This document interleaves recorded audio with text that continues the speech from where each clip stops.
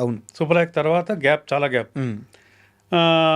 స్వయం కృషి సినిమా అప్పుడు యాక్చువల్గా ఈ క్యారెక్టర్ చెప్పారు నాన్నగారితో ఇద్దరు కూర్చున్నప్పుడు, సబ్జెక్టు ఇది ఇలా ఉంది, బట్ చిరంజీవిని అడగడం మనం భావ్యమా, ఎందుకంటే ఆయన మెగాస్టార్, ఇది అంటే అప్పటికే సుప్రీం స్టారు, సార్. పెద్ద పెద్ద ఇది బ్రేక్ డ్యాన్స్లు అయ్యి మాస్ ఇమేజ్ ఇది ఉన్నాయి, ఆయన ఏమన్నా మనం డిస్టర్బ్ చేస్తామా అప్పుడు ఈ క్యారెక్టర్ చెప్పి, ఇదేమో చెప్పులు కుట్టేవాడు క్యారెక్టరు, ఇది అసలు చెప్దామా లేకపోతే వేరే ఏదో చేద్దామా అని అంటే, లేదు చెప్పి చూద్దామండి, ఆయన కూడా మంచి మంచి క్యారెక్టర్లు చేయాలనుకుంటున్నారు కదా, మీతోటి మంచి క్యారెక్టర్ ఇది చేద్దామని అని నెరేట్ చేశారండి. నెరేట్ చేసిన తర్వాత ఒక 5 minutes అలా సైలెంట్గా ఉన్నారండి అందరూ, చిరంజీవి గారి దగ్గర నుంచి అందరూ అండి.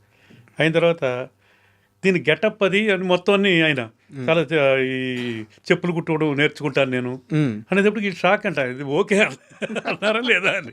చెప్పులు కుట్టుకోవడం నేర్చుకుంటాను, డ్రెస్సు, ఊల్డ్ క్యాప్ ఒకటి పాతది, ఇలాంటివన్నీ ఆయన ఆయన అన్నీ చేయించుకున్నాడు తర్వాత ఆయన.